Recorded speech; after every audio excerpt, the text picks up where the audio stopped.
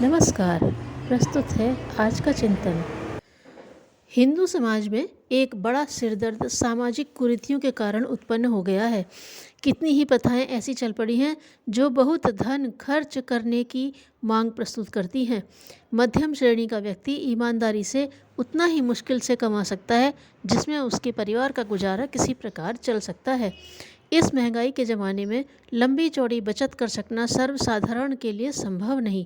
आए दिन बहुत धन खर्च कराने की मांग करने वाली कुरीतियों का भी यदि मुंह भरना है तो बेईमानी के तरीके अपनाए बिना कोई और रास्ता नहीं मिलता। एक रास्ता यह भी है कि पेट पर पट्टी बांधकर साग सत्तू से गुजारा करते हुए बच्चों के मुंह में जाने वाली दूध की बूंदें बचाकर कौड़ी कौड़ी धन जोड़ा जाए और इन कुरीतियों की पिशाचिनी को तृप्त किया जाए।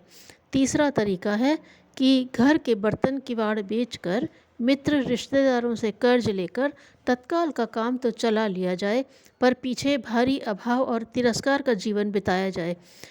कर्ज का ब्याज सिर पर चढ़कर दौड़ता रहे, सीमित आमदनी में वह चुक नहीं पाए तो जलील होते रहें और परेशानी भी उठाते रहें।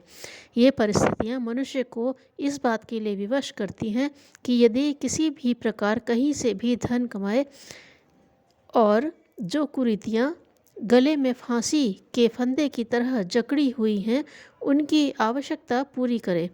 बेईमानी करने का हुनर, चातुर्य और अवसर भी सब किसी को प्राप्त नहीं होता है।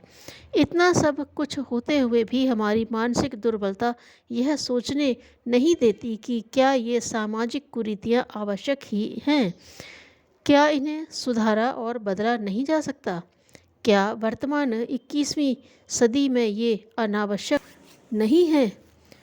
दहेज, शिक्षित कन्या के विवाह की समस्या, वर्ण व्यवस्था का विकृत स्वरूप, उपजातियों का भेदभाव, नर नारी का भेदभाव, ग्रामीण अंचल में पर्दा प्रथा, अश्लीलता, बाल विवाह, खर्चीले विवाह, भिक्षा व्यवसाय, मृत्यु भोज, जेवरों में धन की बर्बादी, भूत पलीत और अन्न का अपव्यय, अंधविश्वास, जनसंख्या वृद्धि, भ्रूण हत्या आदि कुरीतियां समाज को खोखला बनाए दे रही हैं।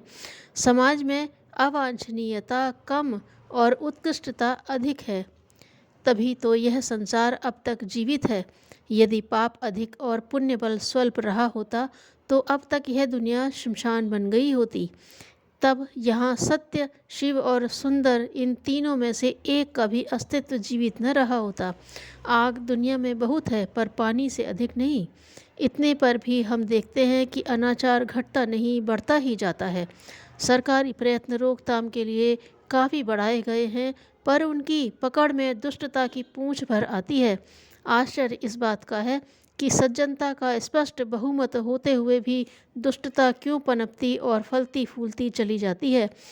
रोकथाम की सर्वजनीन आकांक्षा क्यों फलवती नहीं होती? असुरता की शक्ति क्यों अजेय बनती जा रही है? देवत्व उसके आगे पराजित होता, हारता और झक मारता क्यों दिखाई देता है? अर्जुन समझौतावादी, संतोषी प्रकृति का और सज्जन दिखता है। वह क्षमा करने, संतोष रखने की नीति अपनाना चाहता है और भीख आदि के सहारे संतुष्ट रहना चाहता है। युद्ध का कटु प्रसंग उसे अच्छा नहीं लगता।